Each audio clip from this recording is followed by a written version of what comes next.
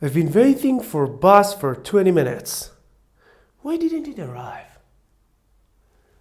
In this lesson, we want to learn how we can show or emphasize some actions or activities that started in the past and continue till now. Welcome to Deutsch Hub Learning. At first, I should emphasize that please support and subscribe us. Okay, just look. Seit plus again a period of the time. Seit 6 Monaten, okay? That means from 6 months later till now, I've been learning German.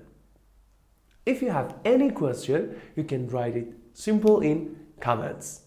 Thanks for watching. Zum Beispiel, seit 20 Minuten warte ich auf Bus.